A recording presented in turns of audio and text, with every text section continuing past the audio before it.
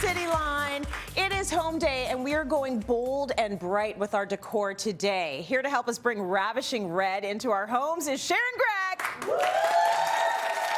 All right, Sharon, you brought the color, no lies about that. Why should we consider bringing some red into our decor? Well, you know what, Tracy? You know how high energy red is, right? Yes, it's vibrating. It is, exactly. And I think that we often want to bring that to a space. We're sometimes scared, but red is such a stimulating hue. You know, it stimulates our appetite, it stimulates conversation. It's the color of passion and love, right? Like we associate romantic, intimate dinners for Valentine's Day. We do. With red. But again, it's not just a seasonal color. And I don't think anyone's going to paint their house red because of Valentine's Day. No.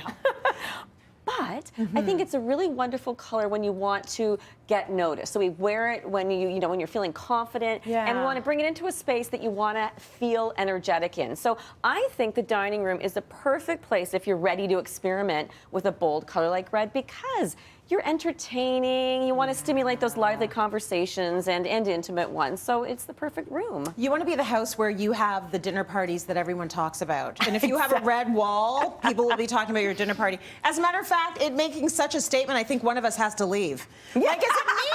The pink or the wall? Who's going to go and who's going to stay? I don't know.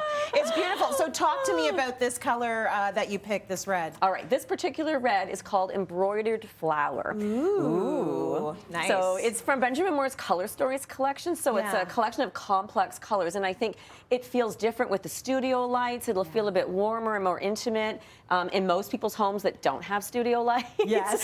So it has a lot to it. So I love that it's vibrant, but it's also muted, but kind of somewhere in the middle. So it's that nice combination.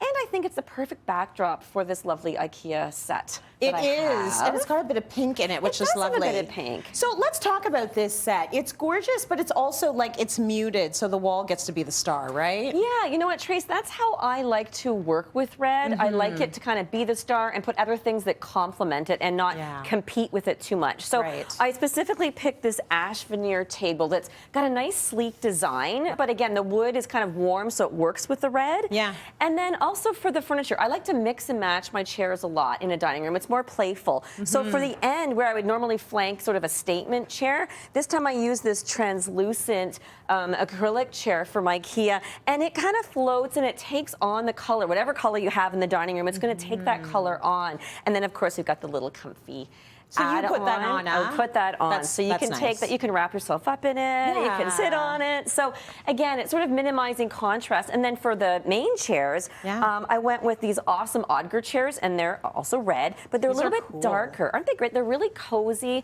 and comfortable. And again, I really like that fluid shape. Very nice. Well, you've got a lot of other elements that play into really nicely into this look, like including the rug, which is super like nubby, and it looks like the sort of thing you just want to roll around on. Absolutely. We should take off our shoes and get the feel for it. I might just do that.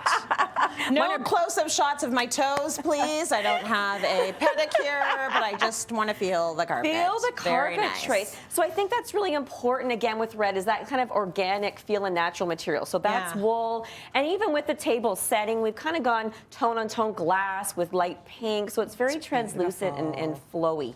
Yes, and the art as well. And the art as well. I think that this is where we've got a little bit of contrast. I don't like to use black and white. That's a whole other look, and it's more bold and brave. Totally. But I like to, as I said, go with more natural tones. So the white matte is just enough contrast to me.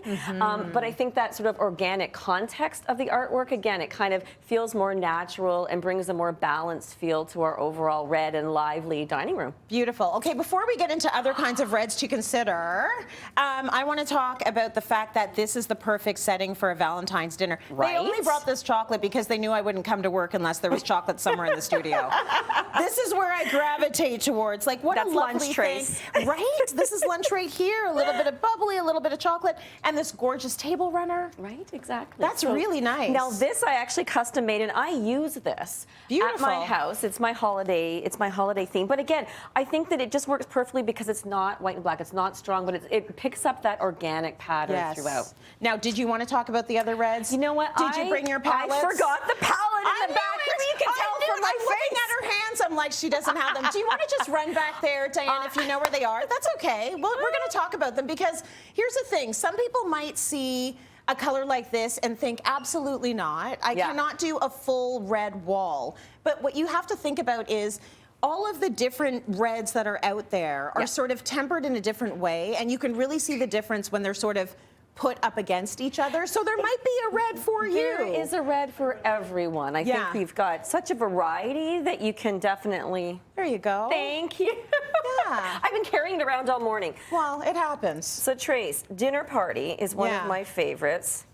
Oh, so it's a this deep is red. nice. It's like a deep, sort of like a, almost like an oxblood red. Exactly. Caliente. Caliente. We know that one. Hot, hot, I hot. love that. I So had to that's say it like hot. that. And then, of course, we've got $1 Million Red, and that's like the boldest red that I've ever used. I love that one, but again, it's... I'm running out of fingers. Hold on. Okay. Okay, yeah. Rosy Apple, Very which is a more nice. muted red. I love that one a lot. And then, of course, we have Benjamin Moore's You hold color that of one the up, year, so we have a raspberry whole blend. lineup. But you can Look really how see that different. range. They're all different, and you can use them as an accent in a small place, on painted furniture, on a ceiling. Anywhere you want. We worked it out, girlfriend. Thank you, Trace. All good. Sharon, thank you so much. And everyone in our audience is getting the chance to find their perfect paint color with a Benjamin Moore gift certificate valued at $100. $100. Later in the show, Sharon is going to show us natural elements can inspire your home colors and decor. It'll be a bit of a depart from this for sure, but we're going to talk about more than just bringing the plants inside, right? Yes, we are. Yes, we are. In the meantime, we're going to stick with the red theme and looking ahead to Valentine's Day. Here